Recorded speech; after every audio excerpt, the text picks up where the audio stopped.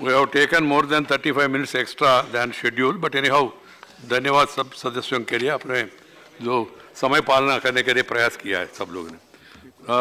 National Council for Teachers Education Amendment Bill. Further consideration of the following motion moved by Sri Prakash Javadekar on 26th July 2018. On the day 26th July 2018, Dr. V.P. Watts has concluded his speech while participating in the discussion. Any other member desiring to speak may do so after that minister will reply. Please, members. Then now, Professor M.V. Rajiv Gowda. बैठ जाइए भाई. क्या मंत्री जी? Further to amend the National Council for Teachers Education Act 1980 has passed by the Lok Sabha be taken into consideration. No, that has been already done, and then one of the speaker has concluded his speech also. So now it is Rajiv Gowda ji. Please, Shanti. Thank you, Chairman, sir. आपको total 25 minute है, उसमें 3 लोग हैं. थोड़ा उसको ध्यान, आपका party के 3 लोग हैं, ध्यान में रखें आप जितना चाहिए. ठीक है, नो प्रॉब्लम. वही बेहतर हो गए. 2 बिल है हमारा सामने, छोटा बिल है. Please bear with, do something good at least on this day, please. Happy to do something good, sir. Sir, I rise to speak on the National Council for Teacher Education Act amendment. So the original purpose of this act was to establish the National Council for Teacher Education with a view to achieving planned and coordinated development of the teacher education system around the country. What does this bill do?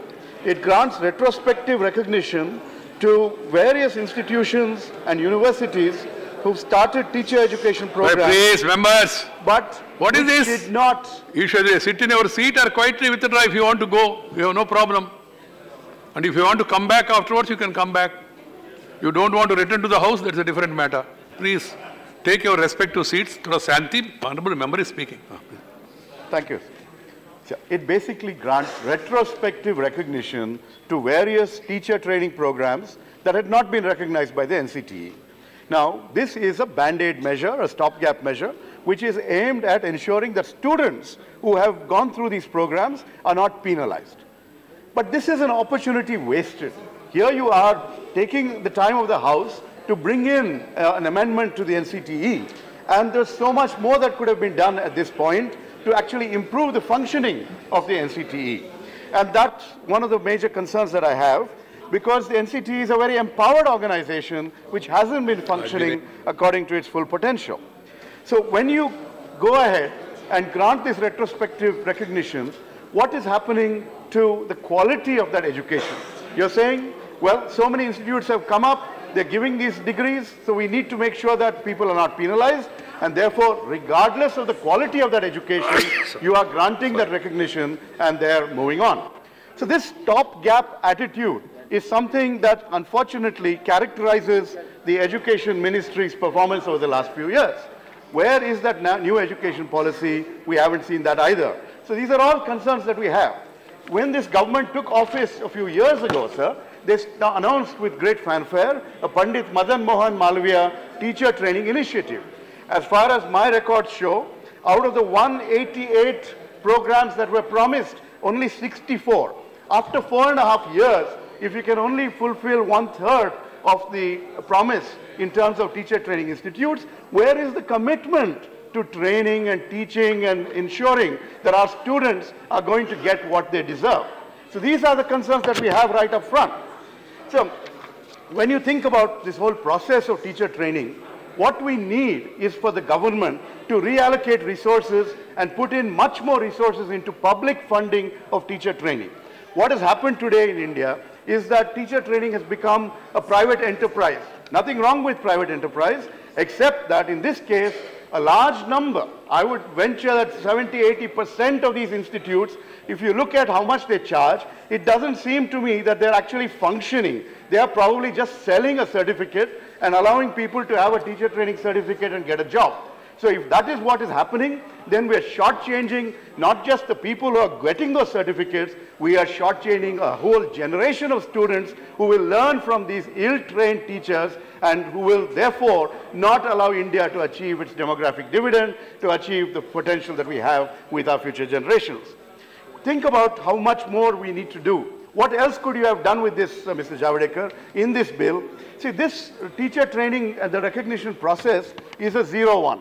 Either you recognize or you don't. But really, what you need is a gradation system. You know, you need some kind of a way of patting the back of those that are doing well, of penalizing those that are not doing well, of showing the way to improvement to many institutions along the way.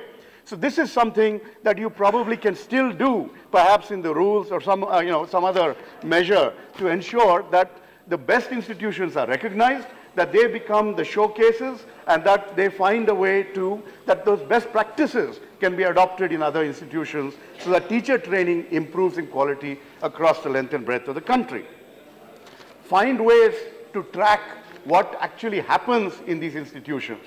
If they have online libraries, if they have, see whether those particular books, see whether those materials are borrowed. Find some way to make sure that just after they get that certificate of approval, that they don't go to sleep afterwards, that they have to continue to do what they're doing.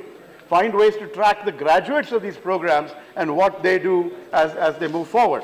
So these are all some of the major concerns that we have in this whole process.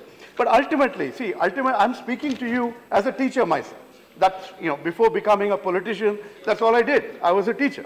And as a teacher, I know how much of a challenge it is to stand in front of a classroom and, deliver that knowledge in a way that touches the student, that awakens their imagination, that really remains with them and provokes them to get passionate about a particular subject, to want to study more and do well in that field. So that requires tremendous amount of training, tremendous amount of experiential learning, and that requires a whole other approach to ensure that you don't just stick to online courses and certifications, but also you have people, labeled as master teachers who occasionally come and give demonstrations. You send teachers to sit in other people's classrooms and learn from them, and otherwise invest in this whole profession, because this is the fundamental profession that creates, what is the, Guru Sakshat Para Brahma, we say, right? Why? Because Gurus are creating a whole new generation of students, of people who are going to go out there and do amazing things. So basically, attitude, skill, knowledge. Ask, that is the sort of thing that teachers need. And how do we do that? Think of teacher training as a multidisciplinary subject, not just something that's out there in isolation. Think about, there's a tremendous vibrancy in the education sector beyond the government. In Bangalore, I know so many people who are involved in, many of my people who have worked with me in my team have been from an organization called Teach for India, where talented youngsters go and work in schools which are very disadvantaged, and they help bring about a change by being so professional in how they go about things. My son Vaibhav interned with an organization called Meghshala, which provides online teaching materials to help government school teachers do a better job. There's so much out there in the social impact startup sector that it's really worth examining and finding ways to incorporate into the larger NCTE framework. So this is the kind of potential that exists out there. And then there's one more issue, which is the challenge. We've been doing manifesto consultations, and one on education, we had people telling us that those who have an MPhil, those who have a PhD, who are trying to come and now teach in a school, won't be able to because they have to go through 2-3 years of teacher training certification.